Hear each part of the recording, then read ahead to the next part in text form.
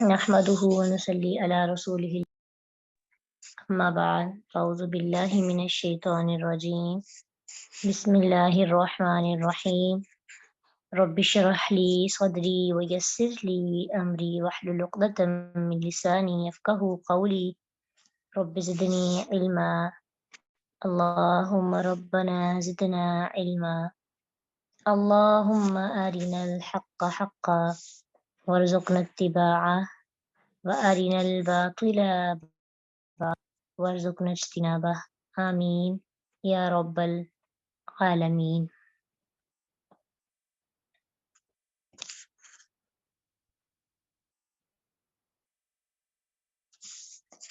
ہم آیت جو پڑھ رہے تھے نا اس کا اگلا پارٹ ہی پڑھیں گے انشاءاللہ، تو اس کو دیکھتے ہیں۔ کل تو ہم نے پڑھا تھا کہ نکاح کروا دیں سب کے، کس کس نے اپنی اپنی ماما کو کہا جی ہمارے نکاح کروا دیں، اللہ کا حکم آ گیا،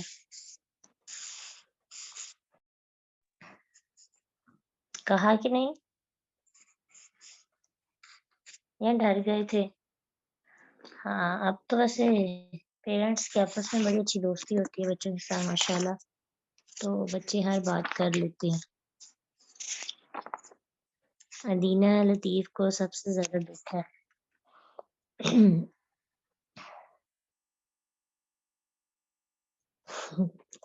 انشاءاللہ آپ اپنے لیے دعا کیا کریں، اللہ تعالیٰ آپ کے لیے آسانیاں پیدا کریں گے انشاءاللہ۔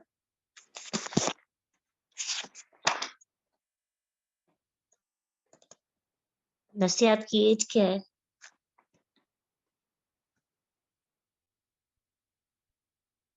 ہاں جی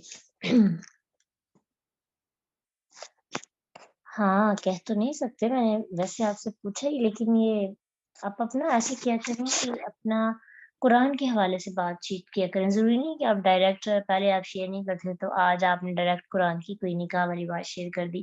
ویسے بھی جو سیکھتے ہیں پیرنٹس کو بتایا کریں۔ اب تو ہمارا زیادہ فوکس ہوتا ہے جرنی ٹو میرٹ لائف میں بھی ان کو جوائن کروائیں، ٹھیک ہے۔ ابھی رمضان کے اندر بھی جو ہماری کلاس ہوتی ہے، یعنی کسی نہ کسی طریقے سے آپ اپنی فیملی کو ان ٹچ کریں۔ پراپر وہ کلاس نہیں لے سکتے، لیکن اس طرح سے کہ وہ پاس بیٹھے ہیں تو لیسن پڑھ لیا، سن لیا، کہ ہم انڈائریکٹ ان کو پیغام پہنچا سکتے ہیں، ٹھیک ہے۔ ہاں جی اللہ تعالیٰ آپ سب کے لیے آسانی کرے گا انشاءاللہ۔ آج ہم پڑھتے ہیں آگے، والذین یبتغون الکتاب مما ملکت ایمانکم فکاتبوہم ان علمتم فیہم خیرا وآتوہم من مال اللہ الذی آتاکم، والذین اور وہ جو یبتغون چاہتے ہوں الکتاب آزادی کی تحریر، مکاتبت، مما ان میں سے جن کی ملکت مالک ہیں، ایمانکم دائیں ہاتھ تمہارے، فکاتبوہم فاتو کاتبو مکاتبت کر لو، ہم ان سے، ان اگر، عالم تم جانو تم فیہم ان میں خیرن خیر، وآتوہم اور دو انہیں، وآتو اور دو ہم انہیں، من مالن من سے، مالن مال، اب دیکھیں من کی وجہ سے مال کے نیچے زیر ہے اور مال مورب ہے، اللہ ہی اللہ کی، اللہ مجرور کیوں ہے جی؟ لفظ اللہ کیوں مجرور ہے؟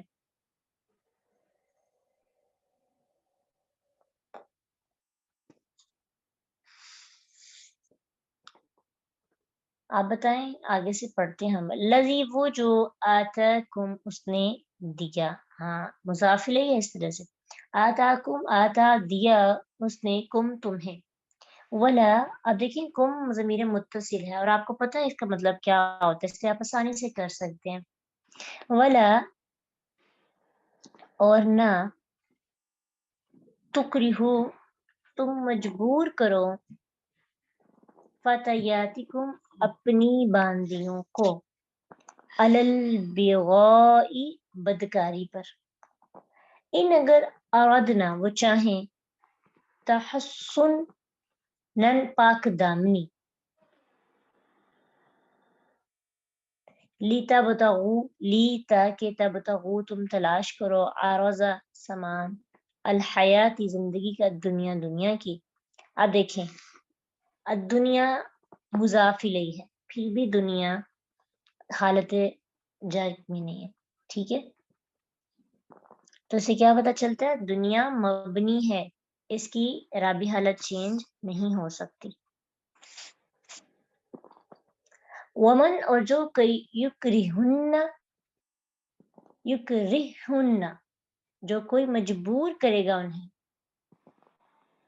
فَإِنَّ تو بے شک اللہ من بعد بعد اکراہہن ان کو مجبور کرنے کے غفور بہت بخشنے والا ہے، رحیم نہایت رحم کرنے والا ہے.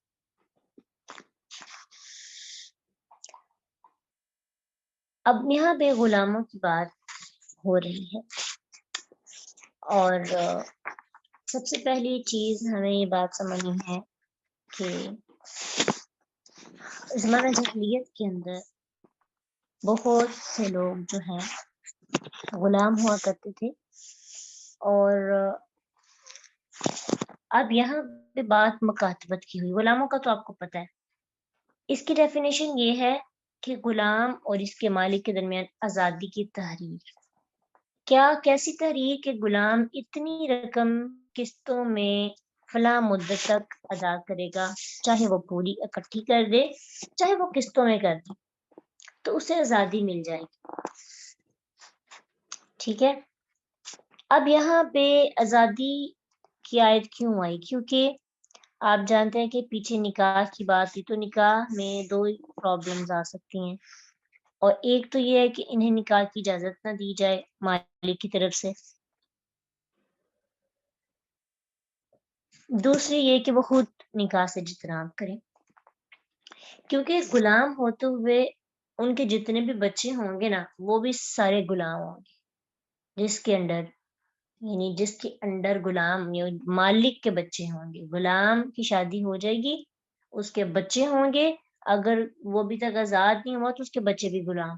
اس لیے کچھ غلام شادی کرنا نکاح کرنا پسند نہیں کرتے تھے. تو دو ہی رکاوٹیں تھی، ایک تو تھا کہ مالک نکاح نہ کرے، اور دوسرا وہ خود نکاح نہ کرنا چاہے. تو دونوں صورتوں میں آزادی ضروری تھی. اس لیے اللہ تعالیٰ نے غلاموں کی آزادی کا حکم دیا. اور یہ اس طرح کا حکم نہیں تھا کہ جیسے شراب حرام ہے تو غلام بھی حرام ہے، نہیں. غلاموں کے بارے میں آج تک اس کی حرمت میں یعنی کوئی ایسا حکم نہیں ہے. ٹھیک ہے. ابھی بھی اگر جنگ ہوتی ہے تو لیکن نان مسلمان دوسرے مسلمان کا غلام نہیں ہو سکتا. اگر جنگ ہوتی ہے تو قید ہو کے اگر کوئی آتے ہیں تو پھر وہ غلام اور لونڈیاں ہوں. تو اب یہ ہے کہ ان مسئلوں کو ہمیں سمجھنا چاہیے. لوگوں کو غلاموں کے بارے میں بڑا غلط کانسیپٹ اسلام کے ساتھ جوڑتے ہیں، اور اسلام کو بدنام بھی کرنے کی کوشش کرتے ہیں کہ اس کے اندر جی غلامی کا حکم ہے. حالانکہ اسلام نے غلاموں کی آزادی کا بڑا اہتمام کیا. اب دیکھیں کہ اللہ تعالیٰ نے اس کی آزادی کے لیے کتنے، جیسے روزے کے بارے میں جو کفارہ ہے، فدیہ یا پھر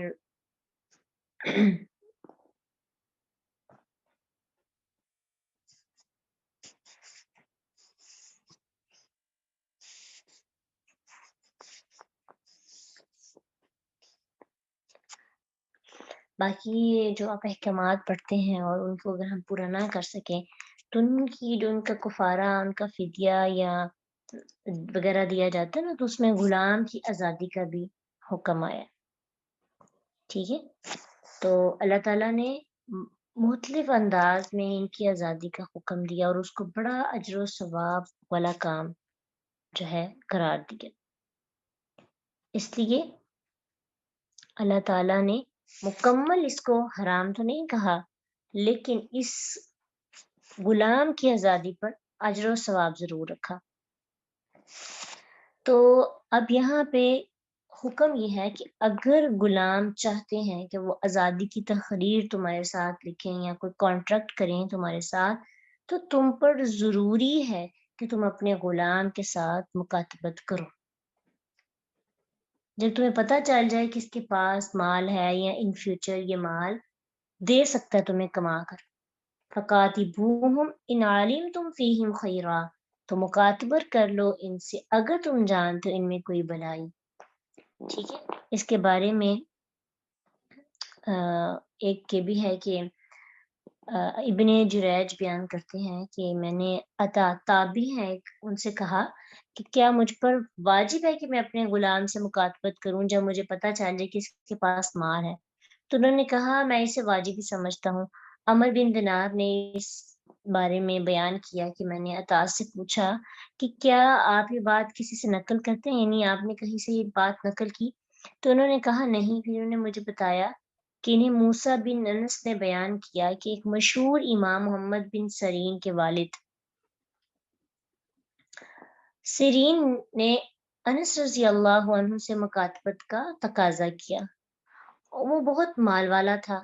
انس رضی اللہ عنہ نے انکار کر دیا تو سیرین عمر رضی اللہ عنہ کے پاس چلا گیا تو انہوں نے فرمایا کہ اس سے مکاتبت کر لو. انس رضی اللہ عنہ نے انکار کر دیا تو عمر رضی اللہ عنہ نے یہ آیت پڑھتے ہوئے انہیں درے کے ساتھ مارا اور کہا تم نہیں پڑھتے وَقَاتِبُوهُمْ إِنْ عَلِمْتُمْ فِيهِمْ خَيْرًا، اور اس پر پھر انس رضی اللہ عنہ نے اس سے مکاتبت کر لی.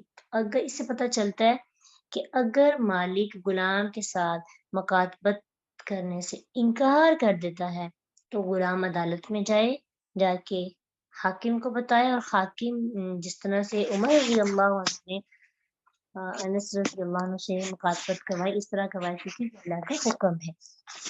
سمجھ آئیے اتنی بات کہ یہ کیوں ضروری ہے.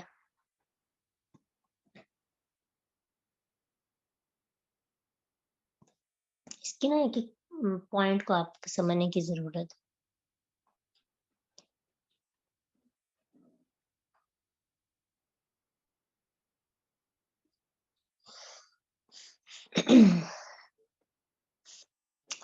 آگے ہم پڑھتے ہیں کہ ان علمتم فیہم خیرا سے اور بھی میننگز ہے. ایک تو مطلب یہ ہے کہ مراد مال، کہ اگر اس کے پاس مال ہے یا تمہیں پتہ ہے کہ ان فیوچر مال تمہیں دے سکتا ہے یا اپنی کمائی سے وہ رقم ادا کر سکتا ہے، جان چھڑانے کے لیے کام نہیں کر رہا یا بہانہ نہیں کر رہا،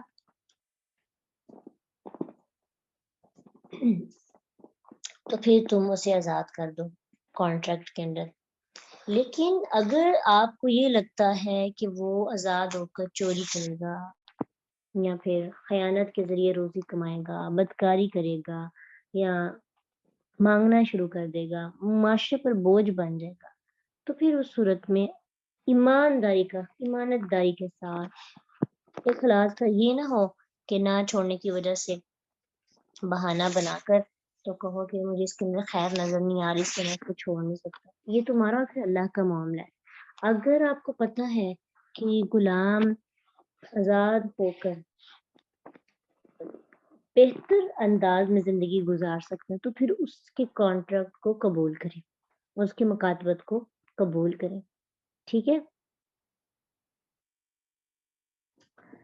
پھر کہا وَآتُوهُم مِّن مَّالِ اللَّهِ الَّذِي آتَاكُمْ، اور پھر تم دو مال انہیں اللہ تعالیٰ نے جو تمہیں دیا. تو اس کا کیا مطلب ہے؟ اس کا مطلب ہے کہ اپنے مال میں جتنا اس نے پیسہ آپ کے ساتھ ڈیل ہوئی ہے نا کہ چلو میں مہینے کا تمہیں 10,000 دوں گا، تو آپ ایسا کریں کہ اس کی رقم کو تھوڑا کم کر دیں، یعنی طے شدہ رقم کا کچھ حصہ چھوڑ دیں. یہ ہے مکاتب کی مالی امداد. ایک تو یہ، دوسرا کہ معاشرے کے دوسرے لوگ غلام کو آزاد کرنے کے لیے پیسہ لگائیں. ٹھیک ہے، اس کی مالی مدد کرے. ایک تو یہ ہے کہ مالک جس سے اس نے آزادی چاہنی ہے وہ اس کا تھوڑا سا حصہ چھوڑ دے. مثلا اگر اس نے 1,00,000 دینا تو چلو اسے کہ تم نے 70,000 دے دینا، اس طرح سے. اور یہ بھی ہو سکتا ہے کہ کوئی اور بندہ اس غلام کو چھڑوا لے پیسے دے کر، یہ بھی اس کی مالی مدد ہے. اور اس کے مختلف طریقے بھی ہیں. سمجھ آئی؟ اس کے لیے آسانی پیدا کریں. جی اللہ تعالیٰ نے اس کے لیے آسانی کا رستہ، یعنی دیکھیں آپ کہتے ہیں کہ اسلام میں غلامی کو پسند کیا گیا، بالکل بھی نہیں پسند کیا گیا. اسلام نے مختلف طریقوں سے غلام پر آسانی کرنے اور غلام کو آزاد کرنے کی ترغیب دلائی اور اس پر بڑا اجر رکھا ہے. آپ دیکھیں مصارف زکوٰۃ میں ایک کیا ہے، گردن آزاد کروانا ہے نا.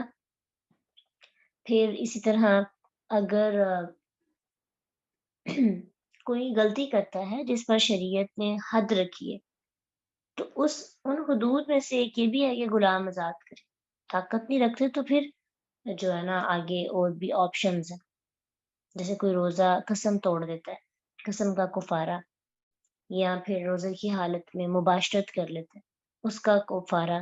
تو اس طرح سے اللہ سبحانہ تعالیٰ نے مختلف انداز میں غلاموں کی آزادی کے لیے بندوبست بھی کیا.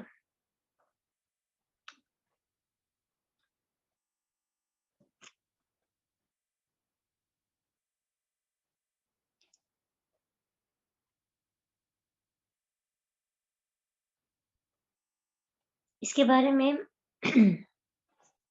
حدیث بھی ہے نسائی میں. ابو ہریرہ رضی اللہ عنہ بیان کرتے ہیں کہ اللہ کے نبی صلی اللہ علیہ وسلم نے فرمایا 3 آدمیوں کی مدد اللہ پر حق ہے: وہ مکاتب جو ادائیگی کا ارادہ رکھتا ہو، اور وہ نکاح کرنے والا جو حرام سے بچنے کا ارادہ رکھتا ہو، اور مجاہد فی سبیل اللہ. اللہ تعالیٰ نے زکوٰۃ کے مصارف میں غلاموں کی آزادی کو بھی باقاعدہ ایک مصرف مقرر کیا. وہ پھر رقاب، ٹھیک ہے.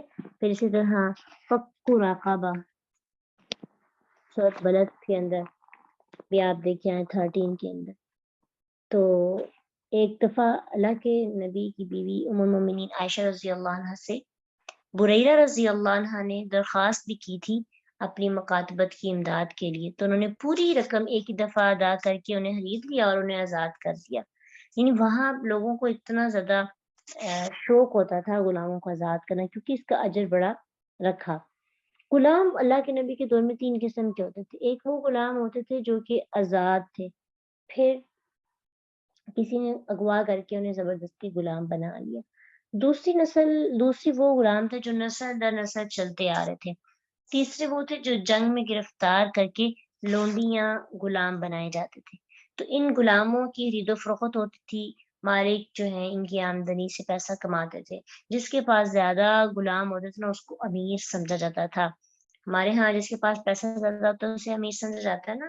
اس وقت میں جس کے ہاں غلام زیادہ ہوتے تھے اس کو امیر سمجھا جاتا تھا. ٹھیک ہے. تو پھر اسلام آیا اور اسلام نے غلاموں کے حقوق بھی رکھے.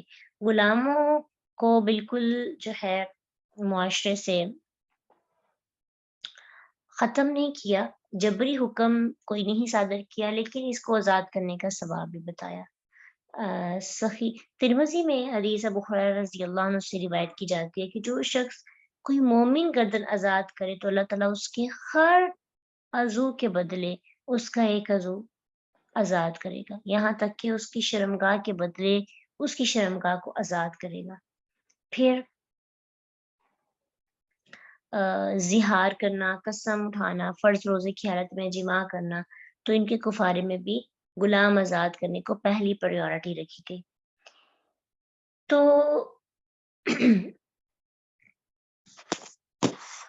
اسلام جو ہے نا اس کو اگر ہم تھوڑا سا غور کریں، آج بھی اگر غیر مسلم لوگ جو ہے مسلمانوں سے جنگ کریں اور کوئی مسلمانوں کے لوگ ان کے ہاتھ میں آ جائے، جیسے ہمارے ملک سے اٹھا کر لے جاتے ہیں اور جا کے اپنے ملک میں ان کو غلام بنا لیتے ہیں، ان کے ساتھ کیا سلوک کرتے ہیں؟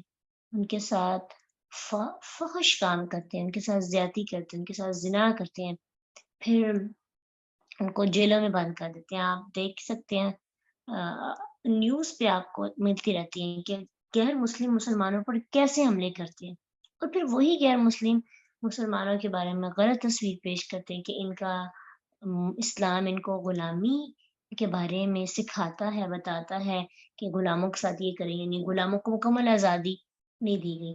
حالانکہ یہ ایک طرح سے جو غلاموں کے، کیونکہ جب باقی جنگیں ہوں گی تو جنگوں میں کوئی نہ کوئی تو ہو کر آئے گا نا. مطلب مال غنیمت کے اندر لوگ ایک قیدی تو بن کر آتے ہیں. اسلام کے بعد بھی جنگیں ہوئیں، خلفائے راشدین کے دور میں جنگیں بھی ختم نہیں ہوئی تھی، یعنی اسلام کے بعد مطلب اللہ کے نبی صلی اللہ علیہ وسلم کے دور کے بعد. تو اب یہ ہے کہ نان مسلم مسلمانوں پر انگلی اٹھاتے ہیں، لیکن خود جو وہ قیدیوں کے ساتھ سلوک کرتے ہیں وہ سب کو پتہ ہے. مسلمانوں کی ویڈیوز بنا کر اتنا ظلم کرنے کر کے ان کی ویڈیوز بنا کر جو ہے مسلمانوں کو دکھاتے ہیں کس قدر وہ زیادتی کرتے ہیں. لیکن اسلام نے تو غلاموں کی پاک دامنی کا بھی خیال رکھا کہ وہ بھی زنا نہ کریں، وہ بھی فحش اور ریانی والے کام نہ کریں، بلکہ مالکوں کو ان کے نکاح کی ترغیب دی کہ ان کے نکاح کرواؤ. غلاموں اور لونڈیوں کی سہولت اور آسائش کا اہتمام کیا اور ہر ممکن طریقے سے انہیں آزادی دلانے کے راستے بھی کھولے. اس لیے اسلام جو ہے اس کے اوپر اس حوالے سے ہمیں انگلی نہیں اٹھانی چاہیے.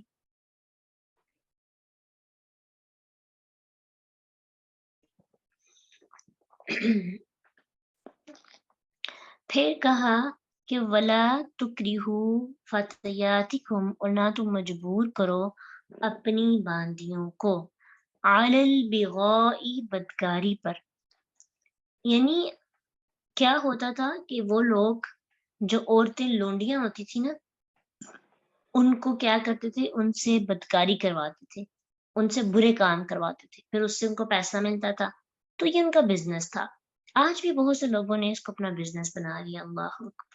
مسلمانوں میں نان مسلم کی بات تو ہے، نان مسلم تو آلریڈی وہ اویلیبل ہوتے ہیں ہر وقت، لیکن جو مسلم ہیں انہوں نے اس کو اپنا بزنس بنا لیا ہے کہ پیسے لے کر بدکاری کی جاتی ہے.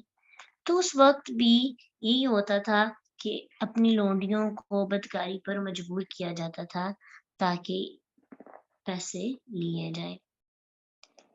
تو کہا جا رہا ہے کہ اپنی لونڈیوں کو اگر وہ پاک دامن رہنا چاہتی ہیں، اگر وہ بدکاری کرنا ہی نہیں چاہتی تو ان کو اس کے لیے فورس نہ کیا جائے. صرف دنیا کا سامان حاصل کرنے کے لیے، دنیا کی زندگی میں اپنا رتبہ بڑھانے کے لیے، اپنا مال بڑھانے کے لیے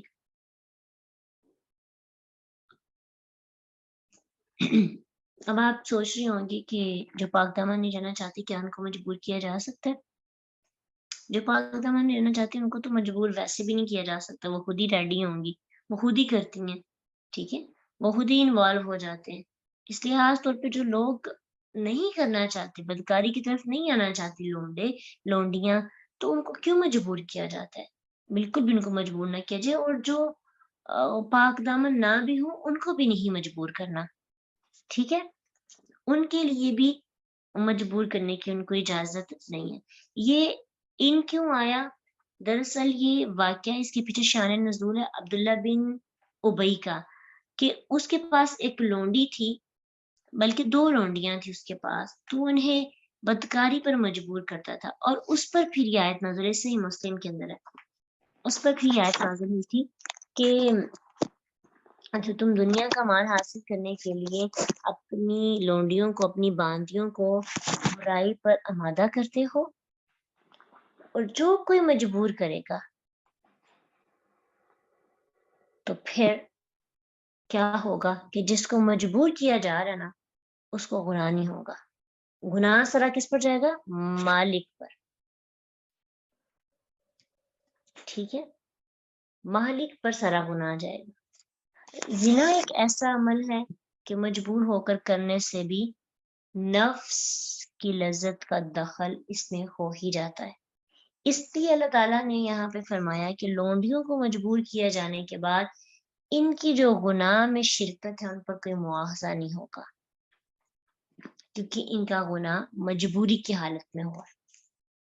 اور جو مجبوری کی حالت میں عمل ہو فَمَنِ اسْتُرَّ غَيْرَ بَاغٍ وَلَا عَادٍ، تو پھر وہ اس کے اندر آ جاتے ہیں. ان کا اپنا دل نہیں تھا، وہ فورس کیا گیا ہے.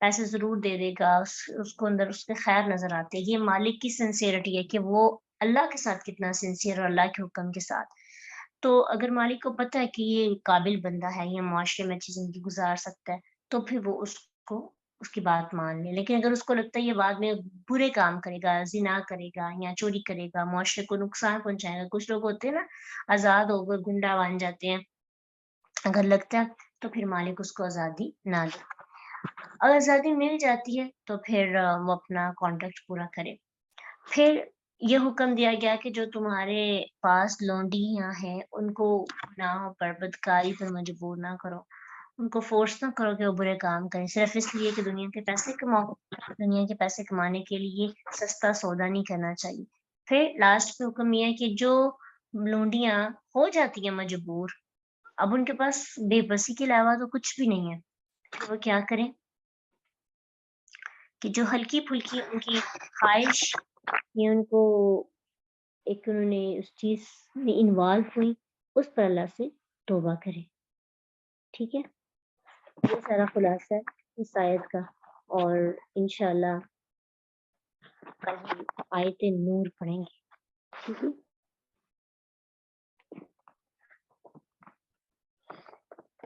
وآخر دعوانا ان الحمد للہ رب العالمین، سبحانک اللہم وبحمدک، نشہد ان لا الہ الا انت، نستغفرک ونتوب الیک۔